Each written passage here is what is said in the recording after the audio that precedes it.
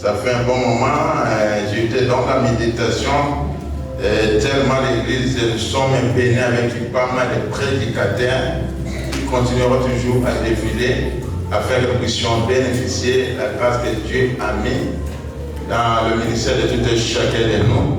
Ça fait 2 semaines, nous avons été réellement bénis au travers de l'homme de Dieu, le pasteur Guillaume, qui n'est pas présent cet après-midi.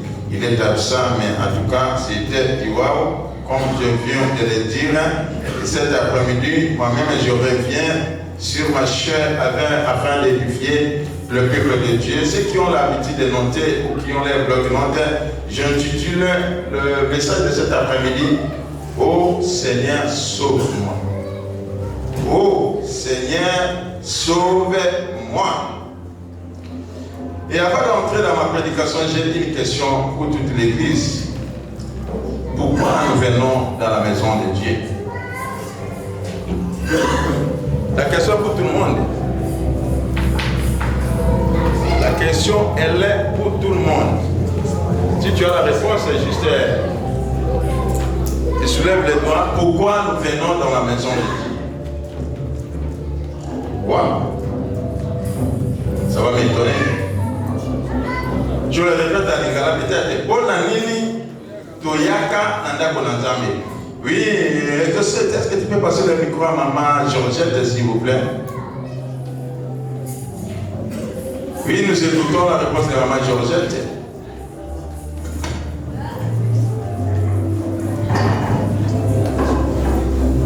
Comme on l'a vu, vraiment on vient dans la maison de Dieu pour écouter sa parole.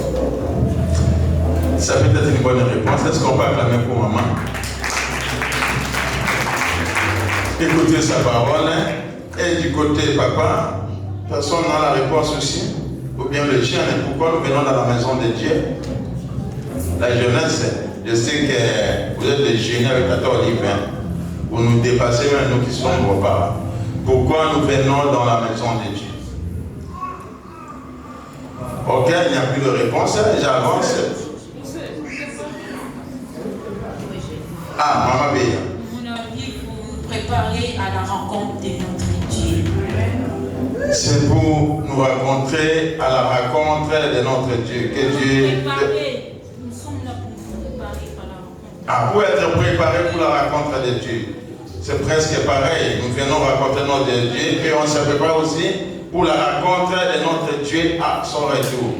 Toutes sont des bonnes réponses. Mais je crois que ça va encore nous aider en écoutant la prédication de cet après-midi. Et sans plus tarder, nous écoutons la lecture dans l'évangile de Matthieu. Évangile de Matthieu, chapitre 14, versets 25 à 33. Évangile selon Matthieu, chapitre 14, nous lisons versets 25 à 33. Le titre: Jésus marchant sur les eaux. Nous lisons au nom de Jésus. À la 4e veille de la nuit, Jésus alla vers eux en marchant sur la mer. Quand les disciples les virent marcher sur la mer, ils furent troublés et dirent: c'est un fantôme. Et dans leur crainte, ils poussèrent des cris. Jésus leur dit aussitôt: rassurez-vous, c'est moi, n'ayez pas peur. Pierre lui répondit: si c'est toi, ordonne-moi d'aller vers toi sur les eaux. Et il dit: viens. Pierre sortit de la barque et marcha sur les eaux pour aller vers Jésus. Mais en voyant que les vents étaient forts, il eut peur, et comme il commençait à enfoncer, il s'écria: Seigneur, sauve-moi.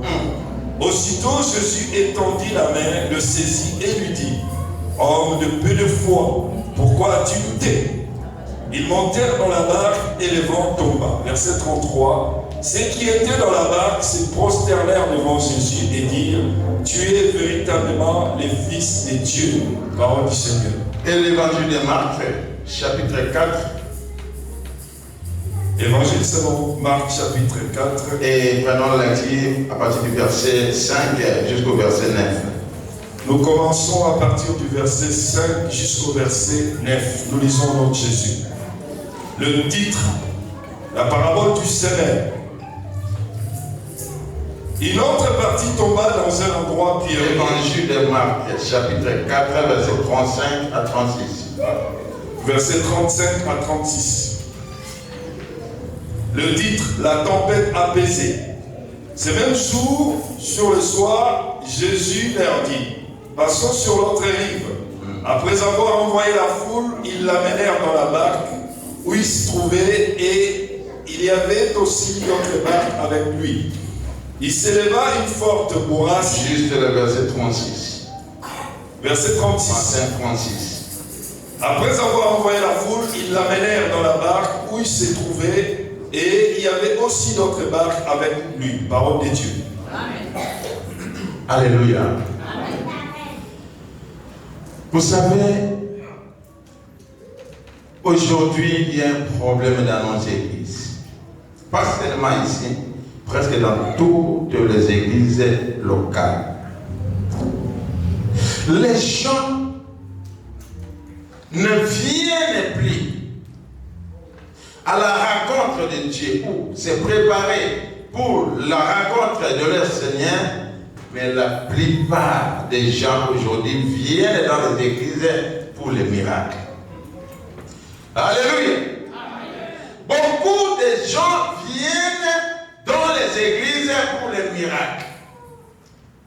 Écoutez-moi. Le miracle, c'est bien. Lorsque tu viens, ne viens pas pour chercher le mariage, ne viens pas pour les papiers, ne viens pas pour les choses de ce monde. Parce que le miracle de ce monde, ça se produit toujours par les hommes, les humains ou les hommes. Mais plutôt cherchons un miracle divin. Parce que lorsque tu seras visité, touché par un miracle divin, ça va t'amener vers l'adoration. Mais le miracle de ce monde, ça ne peut jamais t'amener vers l'adoration de ton Dieu. Remarquez dans le lecture que nous venons de faire dans l'évangile de Matthieu.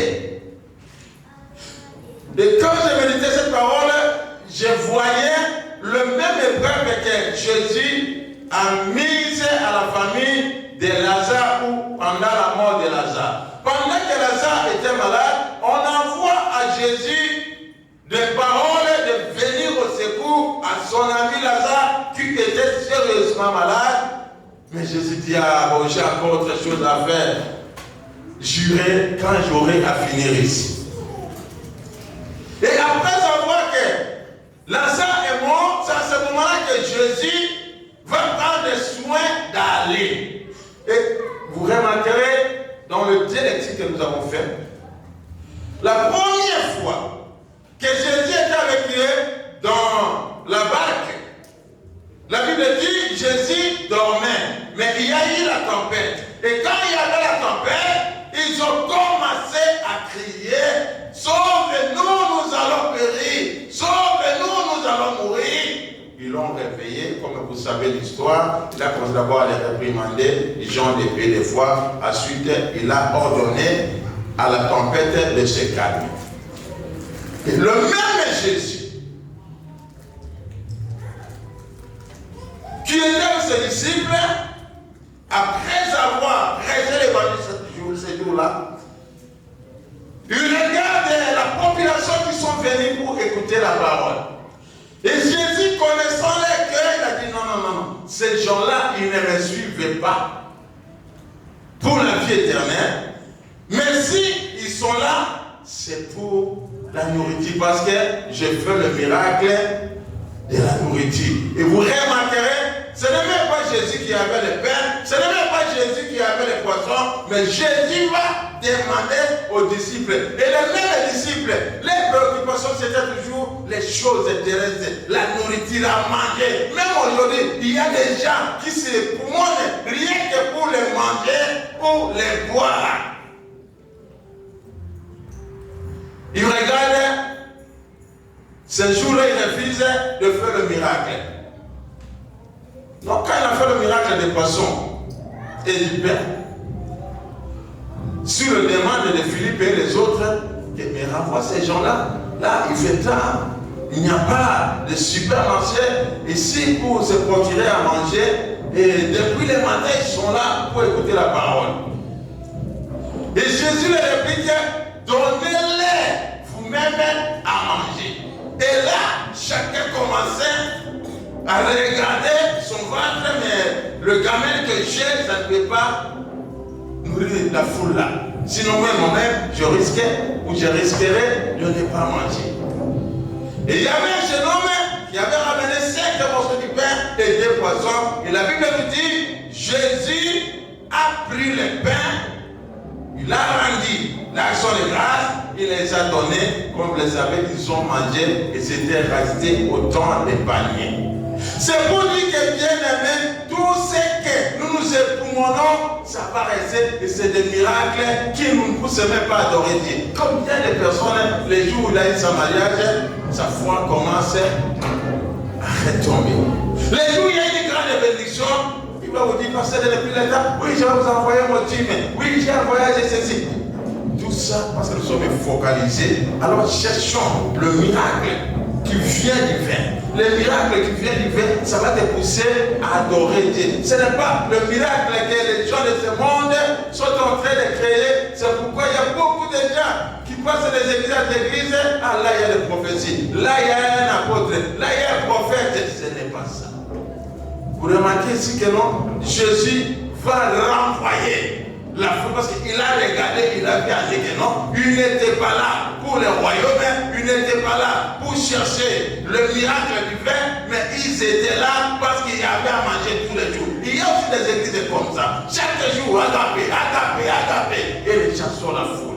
La Bible dit, il va les renvoyer et il prend les siens qui savaient que non, ils ne sont pas là uniquement pour les pains, parce que dans Jean, vous remarquerez, il dit bon, là, ce n'est pas le problème de manger les poissons et les pains, mais aujourd'hui, vous tous, vous allez manger mon corps.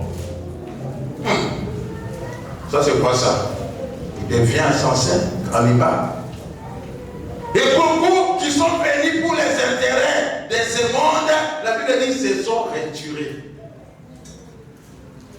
Et Pierre ainsi que les autres, ils sont restés. Et Jésus va encore les motiver. Et vous n'allez pas les suivre. Et Pierre dit, oui, prends-nous. À toi, il y a les paroles de la vie. Nous allons te suivre. Alors qu'ils ont oublié que non, Jésus lui-même le disait, le royaume de Dieu n'est pas seulement pour les manger et les boire. Bien-aimé, ne viens pas à l'église pour les jours de ce monde. Ça va rester. Ne viens pas ici parce que à chercher les choses de ce monde, ça se fait, mais c'est pour un temps éphémère. Mais après la bénédiction, il y a encore une autre vie. Il y a le royaume, il y a la retour de Christ. Et Jésus renvoyait tous ceux-là qui étaient connectés, qui étaient branchés au monde. Et il va dire à ses disciples, ok, rentrez dans la barque et passons de l'autre côté du bord. Et lui-même va monter à la montagne pour prier. Et la Bible dit, à la 4e veille, 4e veille, ça commence à partir de 3h, 4h, ainsi de suite, Jésus avait fini à prier parce qu'il allait de l'autre bord avec les gens qui ne sont pas venus que pour les pains, les poissons ou les manger, mais les gens qui devaient manger le véritable pain qui était son corps, sa chair et son sang qui va les apporter la transformation. Qui va apporter les changements. Mais tout cela qui était attaché aux choses terrestres, à la nourriture, à manger, Jésus les a renvoyés, c'était dans Marc, il renvoie la foule et il dit aux siens, passons de l'autre bord. Et dit du côté des gens qui vont passer de l'autre bord, parce que les gens qu'on fait passer de l'autre bord, c'est les gens qui acceptent de ne pas manger que le pain de ce monde, mais les gens qui acceptent de manger les corps et les sangs de Christ, qui va amener la transformation et les donner la vie éternelle. Et il les laisse dans le bac, il va les prier, la Bible dit à la 4e veille, il va les rejoindre. Et la chose étonnante, Jésus, parce que quand vous remarquez, c'est ce que moi j'ai dit, le miracle soit c'est pour nous les humains, les miracles du monde. Lorsqu'il envoie Moïse va me faire sortir mon peuple. La Bible dit, ils ont vécu pas mal de choses, mais arrivé devant la mer Rouge, Dieu a ordonné à Moïse frapper la Vierge. La Bible dit, les eaux étaient séparées en deux, ce qui était impossible pour Pharaon avec son peuple de le faire. Et lorsqu'ils ont traversé, ils ont fait quoi? Ils ont loué Dieu parce que c'était un miracle divin qu'aucune personne de ce monde ne pouvait. Mais Jésus, pour prouver à Moïse que Moïse, toi tu es petit, plus que moi, Jésus lui va marcher. Il ne va pas séparer parce qu'il est le créateur et Dieu ne sépare pas ce qu'il a créé. Le créateur ordonne, lui ne sépare pas. Oui, Moïse a séparé, mais Jésus a marché. Et lorsque Jésus a marché, les disciples étaient effrayés. Ils ont commencé à dire, waouh, ça c'est un fantôme. Je crois que c'est à partir de cela que les mondes ont tiré le mot fantasme. Ça dit quelque chose que tu imagines, mais qui n'est pas la réalité. Et beaucoup même dans les églises, ils ont même des esprits ou des démons imaginaires qui n'existent pas, qui n'ont même pas de soubassement de la parole de Dieu. Ah, j'ai vu au Congo, comme Maman Godet a porté sa chaînette là, en or, il y a des pasteurs voleurs animés par les esprits démoniaques. Maman, viens ici. Je vois Dieu te bénir. Mais la chaînette que tu as portée là, ça ne sert pas. Et c'est ça qui bloque ta galère. Mais comment dans ton cou, tu ne vois pas les serpents ne te mordent pas. Et quand ils aussi pas, et les serpents là ne vont pas le mordre. Alléluia. Amen. Et les gens ils aiment comme ça les miracles. Ne viens pas à l'église pour les miracles. Si tu viens dans les églises pour les miracles, tu tapes à côté. Tu vas taper à côté. Parce que le monde invente n'importe quelle chose, c'est juste pour attirer. Mais si tu leur demandes où est le soubassement de ce que vous mettez là dans la parole de Dieu, ils ne vont jamais te montrer. Alors Jésus marchait, nous c'est fantôme. La première impression, ils ont vu qu'un fantôme. Et souvent, les gens vivent comme ça dans la paix, dans la traite. Il y a ça, il y a les démons là qu'on te dit, est-ce qu'ils sont bibliques, ils sont là? Parce que ici, nous ne venons pas pour des esprits démoniaques, mais nous venons parce qu'ici, il y a l'esprit de Dieu et nous parlerons que de l'esprit de Dieu. Il y a des choses que toi-même tu imagines et dans tes rêves, tu commences à rêver, ça ne vient même pas de Dieu et Dieu ne les reconnaît même pas. Oh les démons de blocage, montre-moi dans la Bible où est-il le verset qui a écrit les démons de blocage. C'est les fantasmes. Et c'est ce que les types aussi ont agi. Il y a un fantôme. Ça dit des choses imaginaires. Quelqu'un imagine, il bombarde et tu crois que c'est la réalité. Je dis, mais ce n'est pas un fantôme, mais c'est moi, Rabbi, moi le maître. Ça dit, moi, j'ordonne parce que je suis créateur. Et Pierre demande si réellement ce n'est pas un fantôme, ordonne que moi aussi je marche. Et Jésus dit, viens. Et quand Pierre sort du barque, la Bible dit, l'eau était devenue solide, n'était plus liquide, il a commencé à marcher. Et lorsqu'il a commencé à marcher, lorsqu'il est retourné, parce que lui croyait que les fantômes, il commence maintenant à douter, est-ce que réellement c'est Jésus ou bien les fantômes que nous on a vu quand moi j'étais là-bas. La Bible dit qu'il a commencé à se submerger, l'eau qui était solide, c'était devenu liquide, il a commencé à être submergé, et c'est là où il a crié, oh Seigneur, sauve-moi. Seigneur, sauve-moi. Bien-aimé, je vais nous dire une chose. N'espère jamais, ne mets jamais ton espoir pour ta foi à un être humain, un jour tu seras déçu. À quelqu'un de ta famille, tu seras déçu. Ton père, ta mère, que c'est Jacob, tu seras déçu, mais jette ton regard sur la personne de Jésus-Christ. Il y a un verset qui me dit dans Hébreu, nous qui sommes environnés d'un si grand nombre de nuées, fixons notre regard sur la personne de Jésus. La personne qui fixe son regard sur la personne de Jésus, il ne sera jamais déçu. Est-ce que tu peux me lire Hébreu chapitre 12, de quoi verset 1 à 3. Rapidement. Fixe ton regard sur la personne de Jésus. Tu viens à l'église, ne fixez pas ton regard sur pasteur. Ne regardez pas, mais la personne qui regarde et qui fixe. Le fait que Jésus a dit pardon de notre bord, ça dit il ne pouvait pas rencontrer un obstacle, ils étaient déjà de l'autre côté. Mais souvent, au lieu de fixer notre regard à la personne de Jésus, nous fixons nos regards aux choses de ce monde, au matériel, et c'est là où il y a des soucis tous les jours dans nos vies. La personne qui fixe son regard sur la personne de Jésus, il ne sera jamais confus. Tu ne seras jamais confus. Tu ne seras jamais dans les problèmes. Un peu rapidement. Hébreu chapitre 12, le verset 1 à 3. Nous donc aussi, puisque nous sommes environnés d'une si grande nuée de témoins, rejetons tout fardeau et le péché qui nous enveloppe si facilement et courons avec persévérance l'épreuve qui nous est proposée. Les yeux fixés sur Jésus, qui est l'auteur de la foi et qui l'amène à la perfection.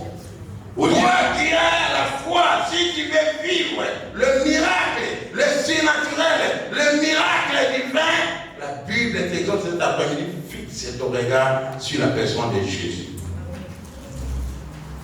Continue. Au lieu de la joie qui lui était proposée, il a supporté la croix, méprisé la honte et s'est assis à la droite du trône de Dieu. Et va dans Psaume 34. Psaume chapitre 34, verset 5 à 8, à 9. Nous lisons le verset 5 à 9. J'ai cherché l'Éternel et il m'a répondu. Il m'arrache à toutes mes frayeurs. Quand on regarde à lui, on resplendit de joie et le visage n'a pas à rougir.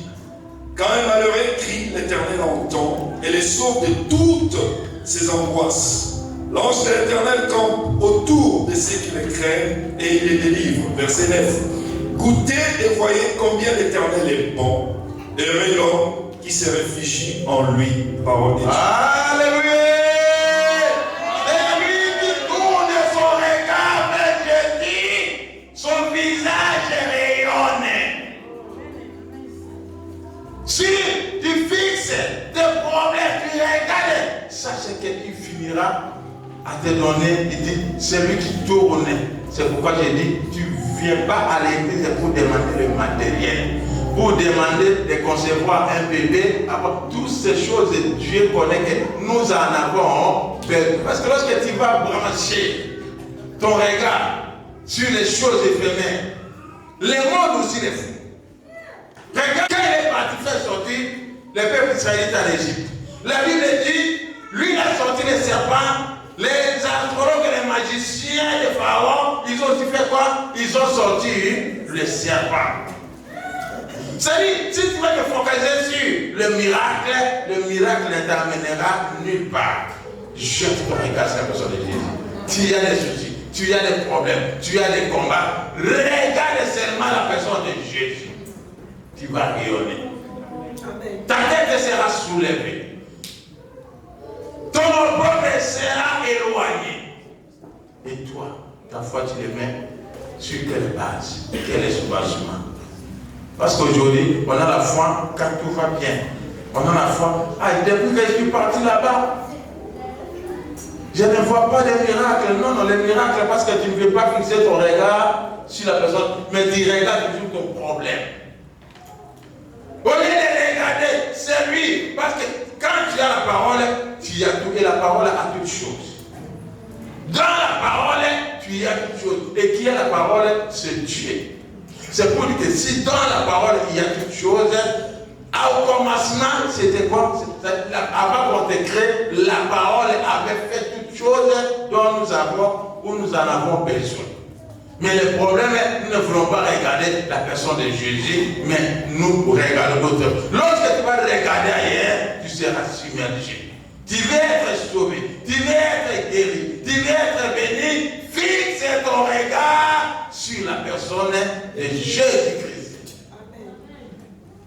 Celui qui fixe le regard, il ne regarde pas ses problèmes, il ne regarde pas ses combats, il sait que celui-là, il a vécu les combats, je marcherai dans la victoire. Celui-là, il connaît mes soucis, il a déchiré l'acte de l'ordonnance qui nous condamnait dans ce monde, il l'a déchiré, il a mis notre adversaire en spectacle. Pourquoi vont nous perdre? Fixons notre regard sur la personne de Jésus. Arrête de regarder. Ah, il n'y a pas ça. Ah, je ne sais pas catégorie ça. Il dit cherchez d'abord premièrement le royaume. Le reste vous sera donné. Et tout ce que nous cherchons, elle est dans la parole. Tout ce que tu as besoin, tant que tu ne t'approches pas, tu ne regardes pas la parole, bien aimé, tu risques de plomber comme Pierre. Parce que Pierre, il a commencé à bien marcher. Il était courageux, il avait la foi. Et en marchant, l'eau était devenue solide parce qu'il avait jeté son regard sur la personne de Jésus. Il n'avait plus peur. Et la Bible dit, quand il a ramené ses pensées sur l'homme du fantôme qu'ils ont vu, les fantômes ne peuvent pas marcher sur les eaux. Ça arrive des fois, tu viens à l'église, tu pries, mais tu n'as pas la foi. Tu regardes toujours le degré, la gravité, la durée de ton problème et le ciel ne peut rien débloquer. Au lieu de regarder celui qui a toutes choses que tu as, toi tu regardes ce que tu as besoin. Et quand tu le regardes, tu peux faire des années, des mois, et rien ne peut changer. C'est-à-dire que le problème est dans ton camp, dans ton côté. Regardez dans la Bible, il y a des personnes que Jésus voulait bénir. Dieu voulait bénir. C'était le sacrificateur de Zacharie et la Vierge Marie. Et quand vous lisez la parole, Dieu visitait Zacharie parce que sa femme était avancée en âge et il était stérile. Il commence à l'annoncer, Zacharie commence à chercher comment je saurais que ce que tu me dis là c'est la réalité. Il dit ça va s'accomplir, mais toi, à partir d'aujourd'hui, tu deviens muet. Jusqu'au jour, tu vas voir, tu comprends que non, moi Dieu, rien n'est étonnant. Moi Dieu, il n'y a pas d'impossibilité.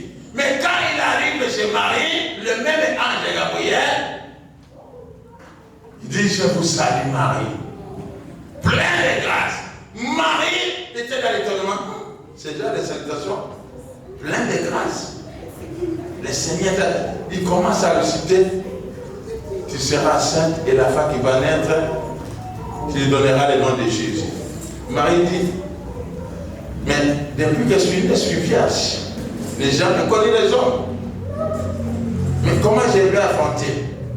Et là, je lui dis, rien n'était possible à Dieu. Et qu'est-ce qu'il va répondre?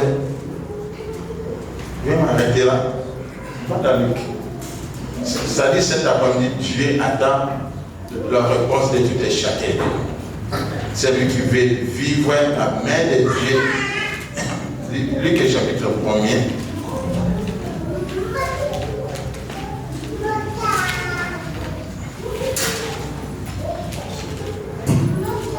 Il manque quelques petites minutes par Christian.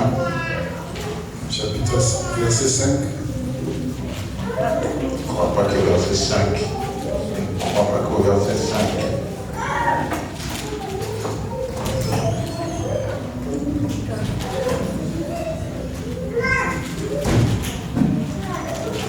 Luc 1. Chapitre chapitre 1. Non, c'est pas dans le verset 38. Chapitre 1er, verset 38. Évangile selon Luc, chapitre 1, nous lisons le verset 38. Le titre, annonce de la naissance de Jésus. Marie dit, voici la servante du Seigneur, qu'il me soit fait selon ta parole. Et l'ange s'éloigna d'elle. Parole de Dieu. Ça dit, quand l'ange a annoncé la parole de la bénédiction, il attendait la réponse de Marie. Et Marie m'a dit, Marie dit, je suis la servante du Seigneur, qu'il me soit faite selon ta parole. Et l'ange le quitta. Ça, c'est la véritable foi. Ton problème est là, ça ne dépasse pas Dieu. Mais Dieu attend ta suite, ta réponse. Arrête de regarder à gauche à droite, mais regarde celui qui t'a appelé. Regarde celui qui ne te connaît pas ton nom. Regarde celui qui te connaît par ta famille. Dieu veut résoudre ton problème et Dieu lui-même veut aussi résoudre son problème. Et lorsque nous les regardons, il va résoudre notre problème. Et Dieu aussi a des problèmes. Quand Anna a arrêté de regarder l'amour, l'affection que son mari Elkanah lui donnait, il a dit, bon, cette fois-ci, je vais regarder que la personne de Jésus. Les injures de Pénina, je vais l'écouter, je vais regarder. Et cette fois-là, la Bible dit, Jésus a dit, moi aussi j'avais un problème à résoudre, mais j'ai trouvé quelqu'un qui m'a aidé.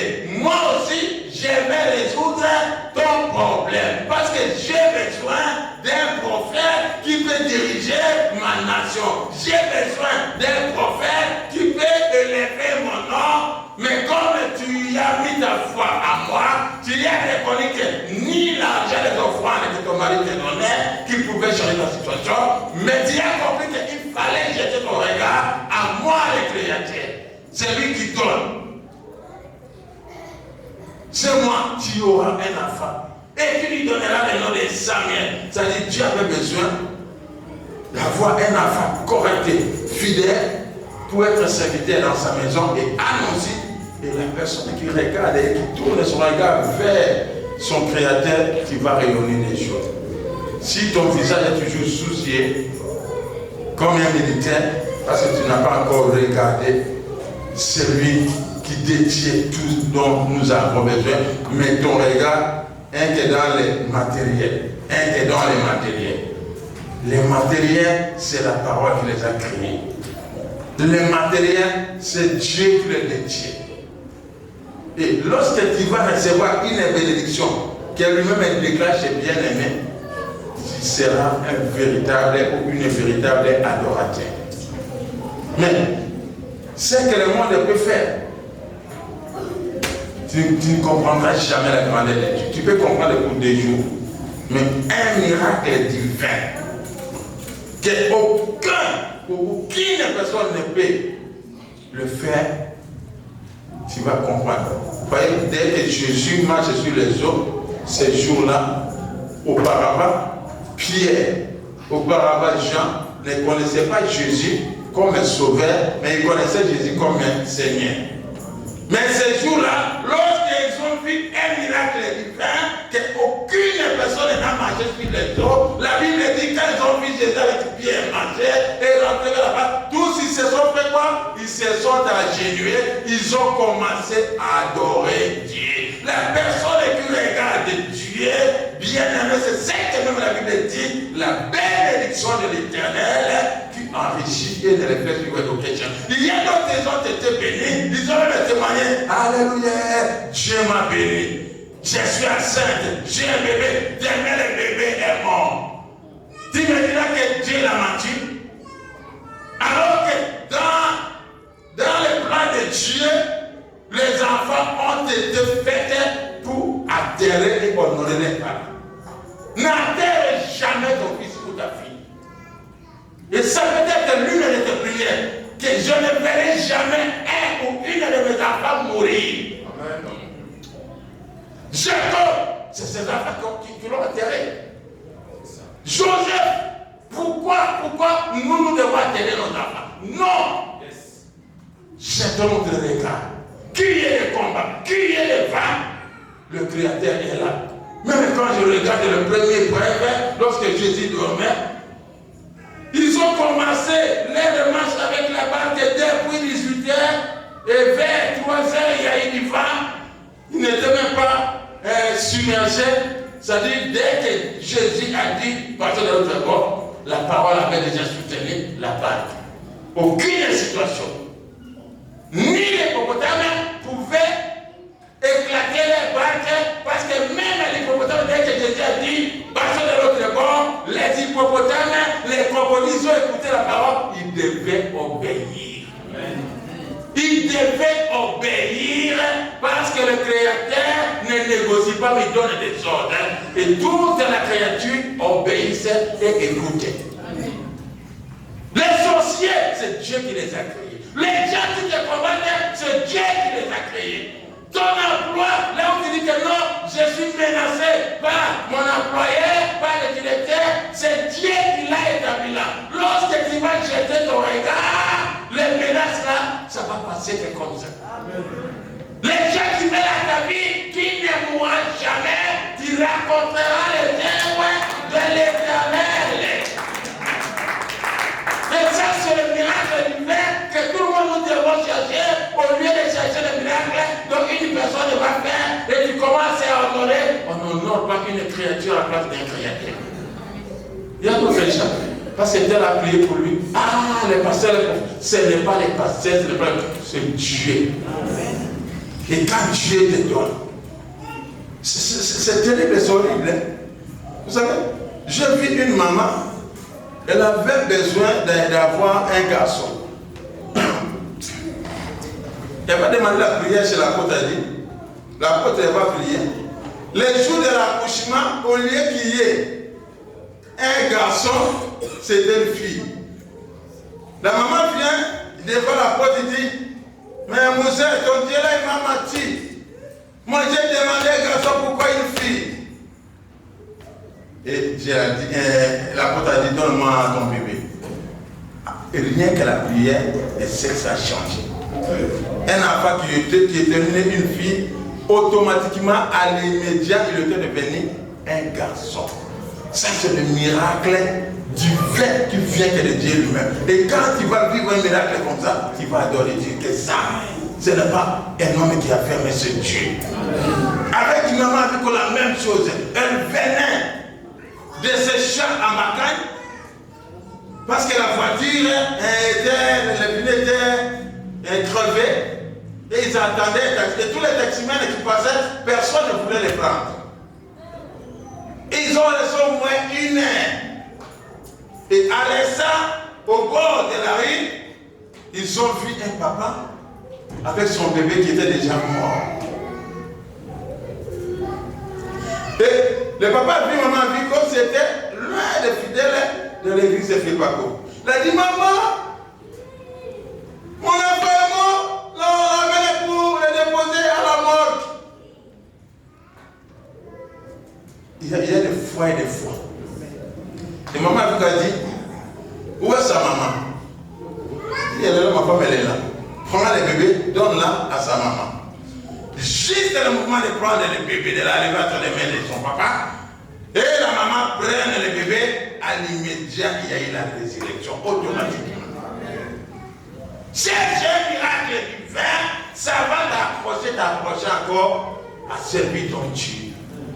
Si tu vas chercher des miracles de ce monde qu'un homme peut inventer, peut faire, bien aimé, ça ne t'amènera nulle part dans ta foi.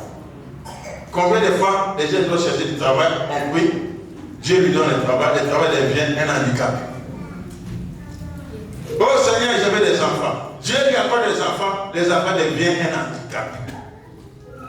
Mais les jours où tu vas raconter le miracle du vin, Israël, ils ont vu Moïse frapper les bâtons, ils l'ont séparé. Mais Jésus a dit dans le Nouveau Testament, moi je ne sais pas, moi je marche parce que je suis la parole. Quand j'ordonne à l'eau qui devient solide, l'eau va devenir solide. Ton problème là, c'est la même chose. Quand Dieu ordonne, tout s'arrête. Arrête d'imaginer. Arrête d'appeler des démons qui n'existaient pas. Démons des rats. Où se trouvent les démons des rats dans la Bible? Démons des mouches. Partout nous voyons que c'est des fantasmes. C'est des fantasmes, des imaginations. Et ça commence à devenir réalité dans ta vie. Les disciples aussi ont dit, ça c'est un fantôme. Mais ce n'était pas un fantôme, c'était Jésus lui-même à personne.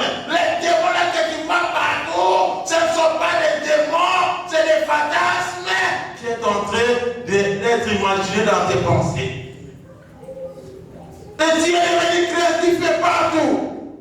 Partout. Même il y a quelque chose qui dit, ils m'ont envoyé un démon jusqu'à l'Europe.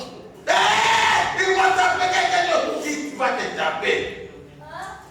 La Bible dit quoi? Dabson, il a dit quoi? Il a dit que l'Éternel campe autour de tous ceux-là qui le craignent. Mais nous craignons les hommes au lieu de craigner Dieu. Quand nous commettons des péchés, quand je vois papa connaît, je perds. Mais Dieu me voit, même quand je suis dans l'obscurité, il me voit, parce qu'il est avec moi. Si tu crains aussi Dieu, parce que ton regard est sur sa personne, il va t'épargner de tous les dangers. Même la fatigue va faire ton eau, là l'Éternel va arracher ta vie. Dernièrement, le frère Manix, il avait fait son parti, c'était déclassé, mais il est là vivant. Et combien de personnes qui sont passées par la mort avec les voitures? Amen. Tu arrives à la fin. Fixons notre regard vers Jésus et nous allons rayonner des joies. Tant que tu n'as pas encore fixé ton regard, fixe le regard sur les fardeaux que tu ramènes ici. Les fardeaux, la solution est là. Mais quand Dieu te regarde, tu n'as pas encore fixé ta foi en lui. Ta foi est sur les choses que tu vas voir quand tu touches. Quand tu dis, ah, j'ai la foi. Parce qu'au monde, aussi bien. Tant que aussi bien, nous sommes on dit, maman, Jésus. Il nous a ramenés à ce lieu, la vie éternelle et la bénédiction de tout ce dont nous avons besoin. Et fixons notre regard à lui. Amen. Mettons-nous dans la présence de Dieu, nous voulons prier. Nous voulons prier. Toi qui avais des fantasmes dans ta tête, partout tu vois que les gens qui Dieu te demande de fixer ton regard sur lui. Tant que tu vas regarder les problèmes vont t'embêter. Les problèmes vont accabler ton cœur. Les problèmes vont te donner des maladies et t'amener même à la mort. Fixe ton regard sur la personne de Jésus.